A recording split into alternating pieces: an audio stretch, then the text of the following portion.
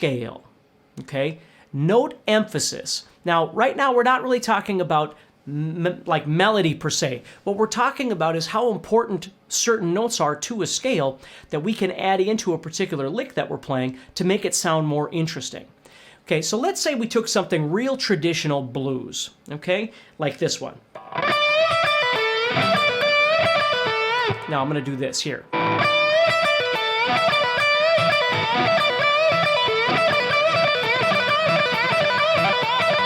Now, please understand, I don't expect you all to play this right now, okay? And if you can, great. And if you can't, don't worry about it. But what I want you to do is understand what I'm doing is playing a traditional kind of 70s rock and roll guitar lick, okay? Very effective, okay? But what we're going to do is we're going to take that idea and we're going to change it up a little bit to make it a little more interesting by adding some color notes. Now, what is a color note? Well, to be honest with you, a color note is anything that's outside the scale that you're currently playing. And we can define them as a passing note or a blues note or something that comes from another scale like a diatonic scale, the do, re, mi, fa, sol, la, ti, do scale. But the truth is you don't have to think of it like that. You just have to find something that's new, that's inspiring to you, okay? So if we thought about the traditional position that we've got here, I'm playing an E minor, and all the stuff that I'm going to be doing today is going to fit into either E minor or G major because they're both relative. So if you play a lot in E minor or in G major, all of the stuff that we're talking about is going to fit just fine in that context, okay? So you've got this lick here.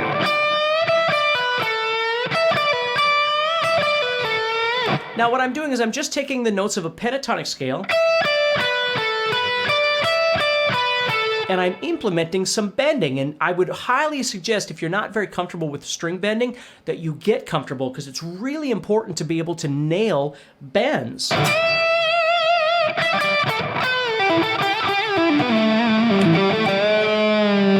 When you play, they sound great, and there's a million uses for these things, okay? So we're doing two what we call whole step bends. We've got a whole step or 2-fret bend, and then. So what you'll notice is I'm playing the same lick over and over and over, but I'm changing the bend note. So I'm adding that, and then this one. Now again, how fast you want to play it, how slow you want to play it, how cool you want to make the bends, those are all up to you. It's your uniqueness that sells the guitar licks. It's not just playing it exactly the way I do it. It's always, and we're going to talk more about that later in this webinar, but it's learning how to take it and convert it into something that makes sense in your eyes, in your brain, in your hands, so you can sell it. Right? Now, selling doesn't mean monetarily. Selling is when you play, people listen to you and go, yep, that sounds like music. That sounds the way it's supposed to sound. That's what your goal is. It isn't to be the fastest or the slowest or the bluesiest or the most rock or all these things that we convince ourselves of. And the truth is, all we have to do is find what works best for us. Okay? So let's take that same idea, but what I'm going to do now is I'm going to start adding in some other notes. I'm going to convert this. So if we think about it, I was playing this before. And then I was adding in some bends, right? Creating some repetition. Well, what I'm going to do now is I'm going to take that same idea. I'm playing an E minor pentatonic. But instead what I'm going to do is I'm going to play 12, 14, 15. So that 15 is a new note. That wasn't pentatonic. Now, if you know anything about your scales, that's called a blues note. And if you don't stress over it. So I'm playing 12, 14, 15. And then on the next string, I was playing 12, 15. Well, now I'm going to play 12, 14, 15. And then on the top string, I was just playing 12, although 15 would be pentatonic. Well, I'm going to play 12, 14, 15 up there too. And what I wind up with is this pattern that has 3 notes on each string, 12, 14, 15. It's symmetrical.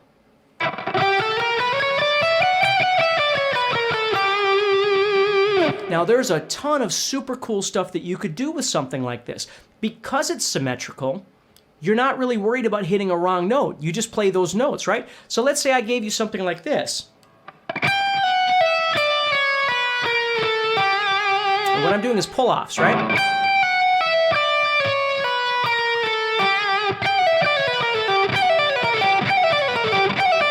Now, you can do that any old way you want. You can play it fast or slow.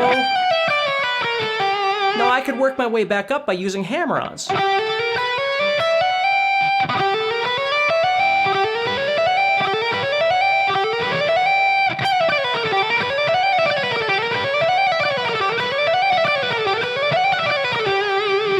What I want you to be thinking about with this thing, excuse me, I gotta get my notes up there, is that as you're playing,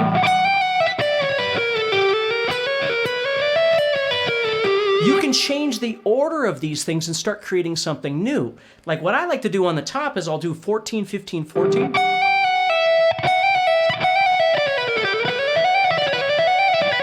then I'll make little patterns where maybe I go...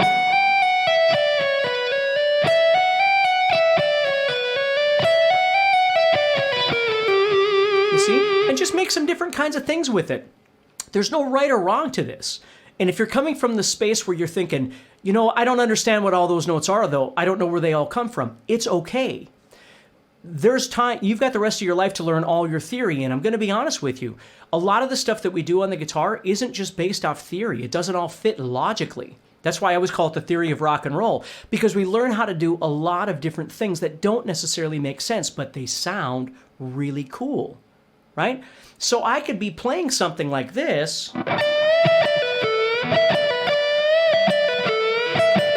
And at that point, break into some sort of idea here. Now, if you're thinking to yourself, that's a really cool idea, but I can't use my pinky very well. Okay?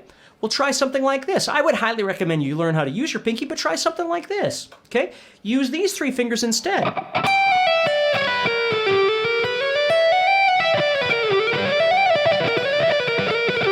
And you can come up with something maybe that works better for you for using those fingers, because here's the next thing I want to show you. If I was to use those 3 fingers, that then, for me, because I do use my pinky a lot, frees up my pinky to do something else. So watch this. I could add my pinky up here on the 17th fret.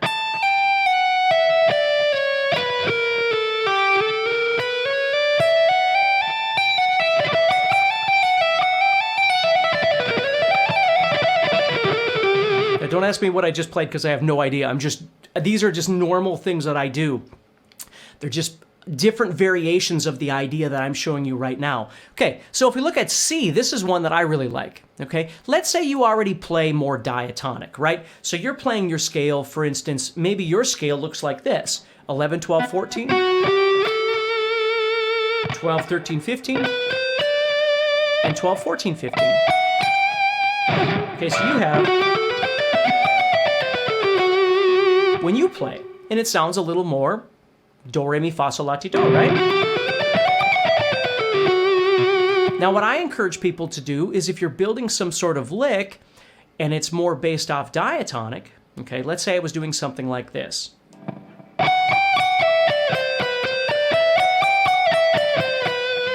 So my lick is going, again, I'm just repeating ideas here. So I'm going 14, 15, 14, 12, and then 15, 13, 12. So I'm staying true to the scale right now. And then I'm just going back up. And then I start all over. Now, obviously to get that fast, it's going to require me to practice, and I got to pick and all these different kinds of things, unless I convert this into something where I'm using more hammer-ons and pull-offs, and that's completely valid, okay? If you're more of a legato player, you like hammer-ons and pull-offs more than picking, or it just seems to come more natural to you, then you convert things into something that makes more sense that way, right? So if I'm going like this,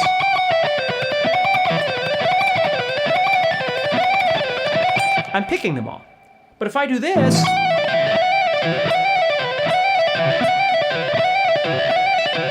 now it's going to sound different, but it's still very impactful. I could do it for whatever I want. Or maybe I'm not even playing it fast.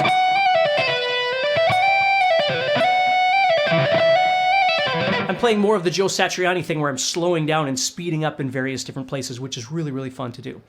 So that's something that you can do with your diatonic. But what if we wanted to colorize our diatonic? Well, we could add more notes in. We could make this a little more chromatic, which is a little bit different, okay? Let's say, for instance, if I was playing that and I went like this.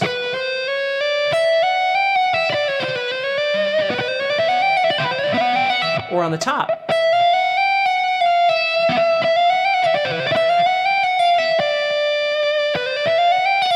What I like to do with these is I'll do in and out patterns where I do stuff like this.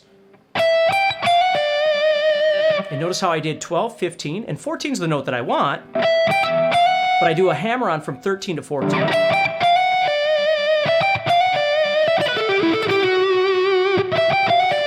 And I'm using those chromatic notes, but they're in a different order. So if you're more of a diatonic player, that's something that you could do. But here's what I want to remind you is you can actually work in reverse from the pentatonic. Where pentatonic, we're adding notes. When we're diatonic, a really, really important thing to learn how to do is to take some of your diatonic notes away to play more pentatonic. And why would you do that? Because it makes the notes that you're going to add in sound more interesting, right? If you just do this all the time, you've used all the notes that you have available to you, and there's nothing wrong with that. But it's hard to make something stand out, right? Where if I do something like this, if I play it more pentatonically, and then I add that note in, that note's going to stand out more to your listener.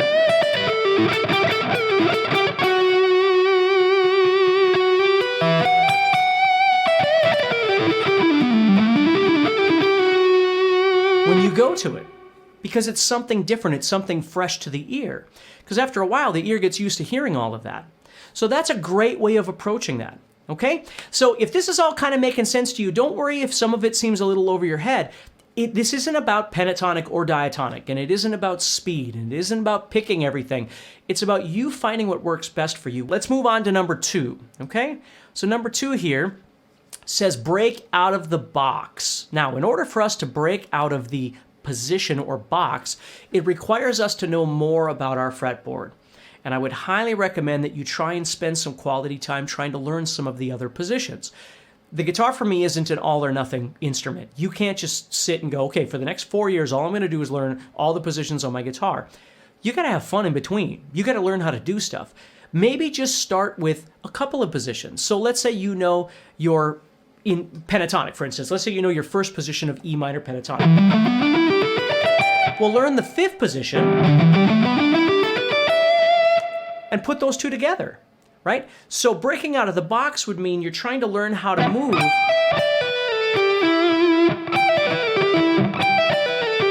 And in order to do that, what you're going to notice is I'm using a slide.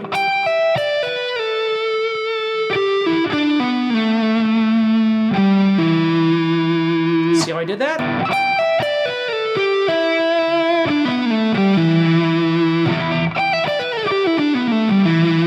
I got to figure out what fingers I want to use and all that sort of thing. But I use position shifting a lot in my playing, okay? Where I'm trying to move from one place to the next.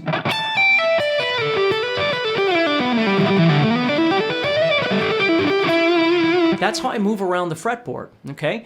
So I create an idea. Something very straightforward, right? But then I base it. I move, I shift.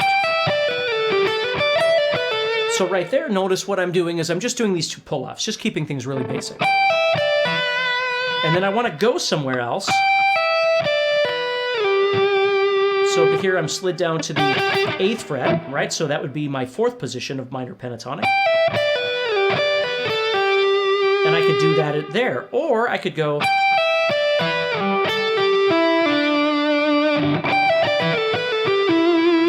And you start learning how to create these movable ideas across your guitar, okay? So better guitar licks aren't just staying in one position. If you're going to stay there, think about colorizing, right? Think about doing something unique with some of the notes that you're playing. But the next step then is to start spanning out a little bit. Start doing some position shifting as you play.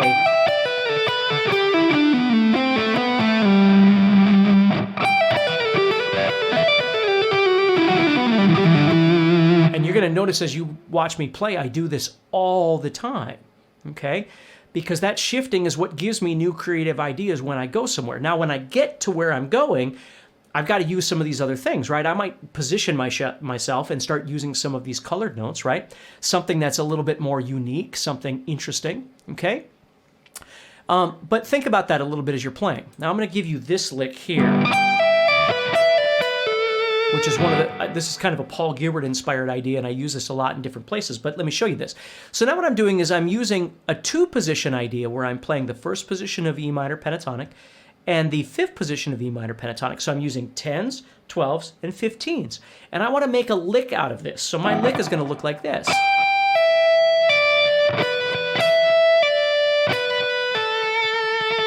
So I'm using my pinky up here on 15, my middle finger on 12, and my first finger on 10. And I'm doing 2 pull-offs. And then what I'm going to do is go to the 12th fret of the 2nd string.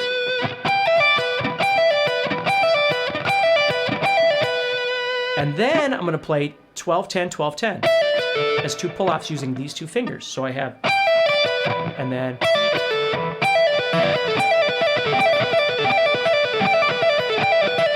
now, again, you could play it slow, you could play fast, but the point is, it's different than what you might already be doing. So the creative juices start flowing and you go, wow, that sounds different. It feels different, it looks different, and it sounds different. And that's where inspiration can come from, okay? All right, let's keep going. Number 3, single string, which is really important to me. I teach this a lot with my students, okay? Horizontal movements, single string ideas. It doesn't matter whether you're looking at sliding or bends or hammer-ons or pull-offs or whatever it might be, okay? This idea is what I call more pitch directive. You're trying to get somewhere. Maybe there's a note that you're trying to target that's fitting over a particular chord that's being played or something like that, right? So what I do is, let's say I'm in E minor again. I'm going to be using E minor, E Aeolian, or E natural minor, the diatonic scale.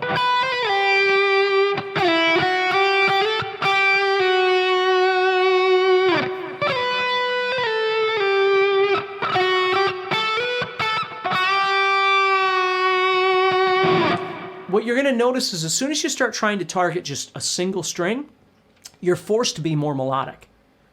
Your phrasing will have to be different, and your melody, you're gonna make it sound more melodic. Because whenever you're playing in a position, a box, if you will,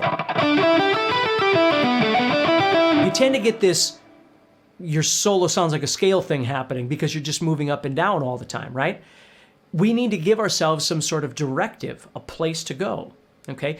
Pitch directive means we're trying to get to that note right there, right? So we're trying to get to this G right here, or whatever the case may be. So as I'm moving around,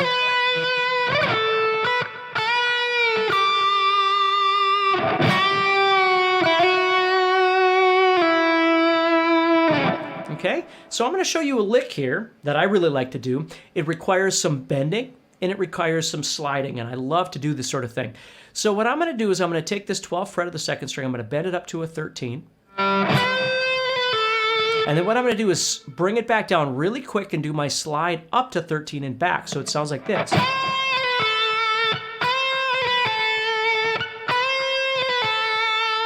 And it's got this really unique, almost maybe saxophone-ish kind of sound. Okay? So I'm bending it up, and then I'm doing this little slide thing. And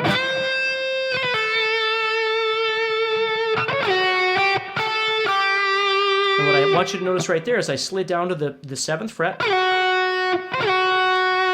with what I refer to as an airplane slide, which is I'm not sliding from anywhere in particular. I'm just sliding in to that 7. And then I'm playing 8, 10, and then coming back and trying to give it a nice vibrato, right?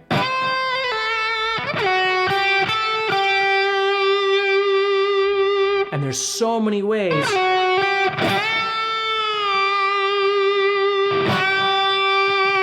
There's so many wonderful ways that you could approach a melody like that playing on a single string, okay? So it's learning how to explore a little bit, not just playing up and down.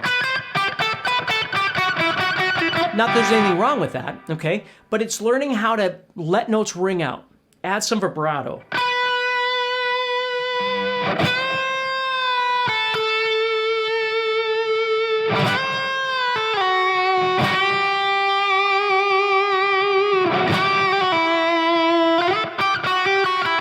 And then notice how I added a little staccato in there, right? Little pull off, just different kinds of things like that because I'm trying to make it sound musical. I'm not just trying to play notes, but I'm trying to think about how I'm playing these notes, doing some bending, doing some sliding, doing some hammer-ons or some pull-offs or whatever, changing the phrasing element from a very legato sounding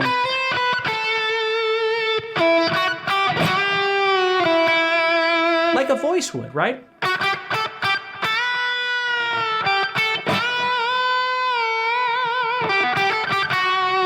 Just really beautiful stuff like that, okay? So that's the single note idea. Now, that sometimes is really hard for people. So if we look at it from sort of the Yngwie Malmsteen-ish perspective, we can build patterns out of this as well, right? So if we're playing this single string idea, okay, we're gonna get a little bit more into this in the patterns that's coming up next here, but I wanna show you this. So I could also just take and play something maybe where I'm going like this.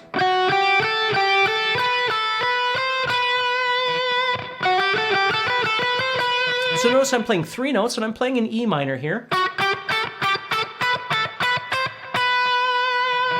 And that's a nice way of walking up.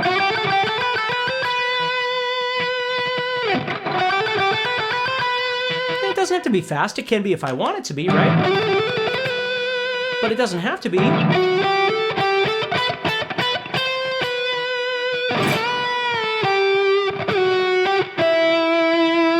You see? Just really cool stuff like that. And then what you can do is actually start thinking about maybe 2 strings, right? You're not thinking scalar or boxy, right? What you're doing is thinking about moving from one position, or one string, excuse me.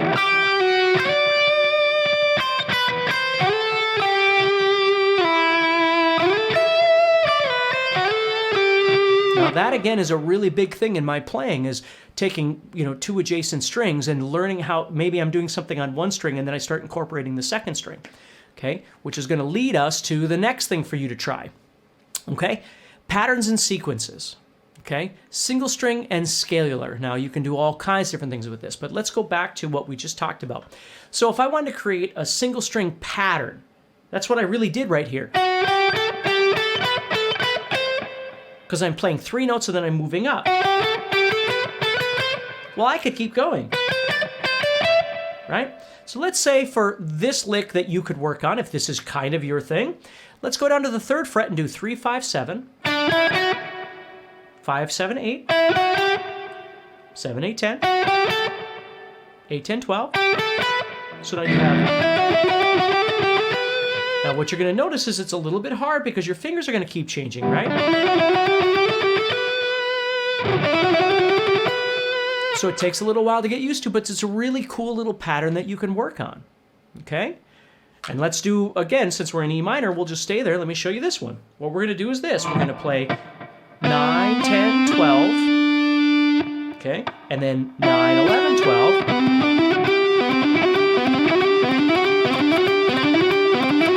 Okay? And then what I can do is I can make that into a pattern or a sequence by moving it up. So I'm going 9, 10, 12 to 9, 11, 12, and then I'm going to move up to the 11. I'm going to play 11, 12, 14, 12, 13, 15.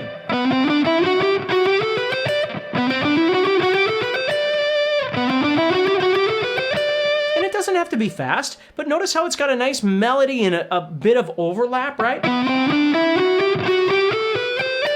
Then when I get here, what I can do, I can move up to 13 and play 13, 15, 17, and 14, 15, 17.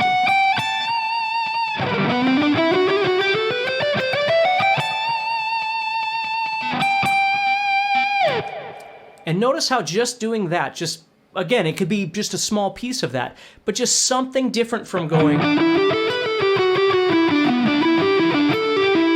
right? When you have, even that just sounds really lush to me. It sounds very nice. Then I move into a single string.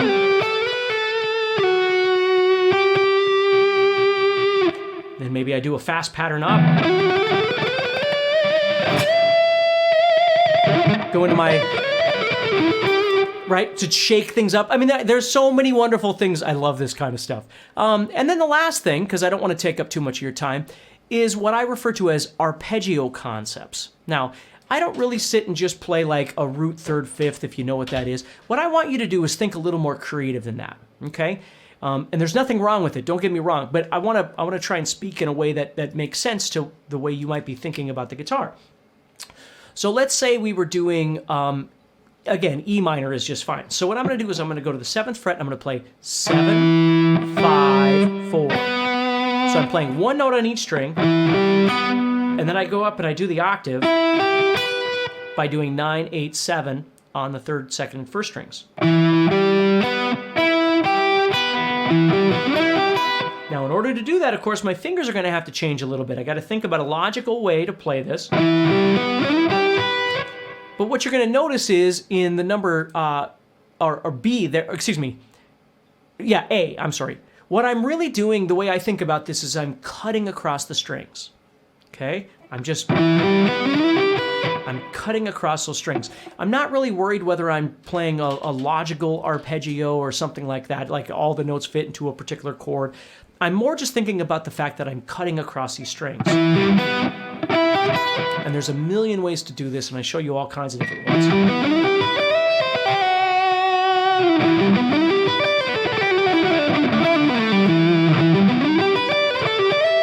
There's lots of different places we can do these, but that's just a really nice way of cutting across, okay?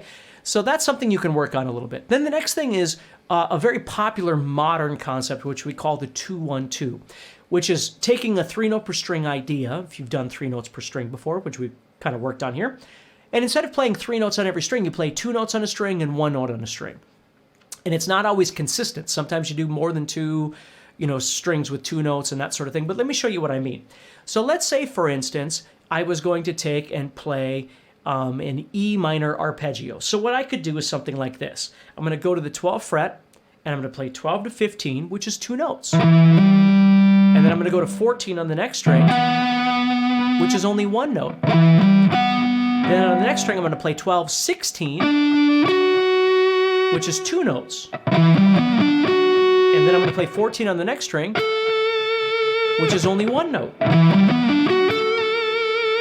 Now, what makes that sound really neat is you've got all these different intervals. So it's not just being an E minor arpeggio or something like that, like the first one that we did, but it sounds a little more unique because some of the 2s are smaller and some are bigger, right? And some strings only have 1 note on them, so they sound kind of unique. And then the next string, I always play 12, 15, and then I play 14, 17. So you're going to notice at the end there, I play 12, 15, 14, 17. So it's 2 groups of 2 at the end. So I'm not, again, worried about that it has to be 2 and then 1 and then 2 and then 1. I just want to play something that sounds cool to me, right? And it sounds interesting to my ear.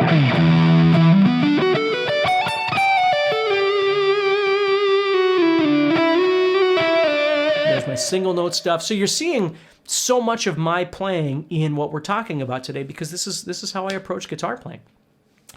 Sometimes I sit and I practice some sort of pattern over and over and over to make it fast. And then sometimes I try and focus more on a single string or a multi-position kind of movement, trying to develop something that would be interesting to the ear, as opposed to just staying in the same spot all the time, right? So that's the idea of the arpeggio. Now the last one, C, is called the squeeze idea.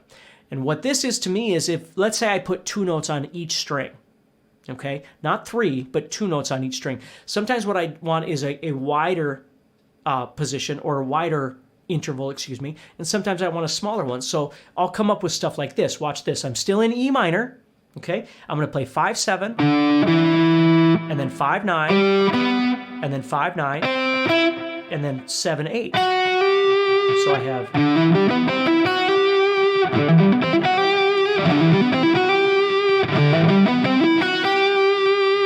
Now I could cut through this, I could do a 2-1-2, there's all kinds of things, but the idea is I'm starting with a 5-7 and then I'm going to a 5-9 and a 5-9 and then ending with a 7-8. So it starts small, gets bigger in the middle, and then it ends up small. And maybe then I go into a single string thing again. So there's so many really amazing things that you can do if you first of all find the right material that's speaking to you, find the right lick or the right phrase or the right pattern that makes some sense to you, and then shut everything down and just focus on that, right? Stop learning other licks, just focus on that one thing, and start trying to make it make sense to what you see on the guitar. And if you need to do a little more studying of your fretboard or something like that, that's perfectly fine, okay?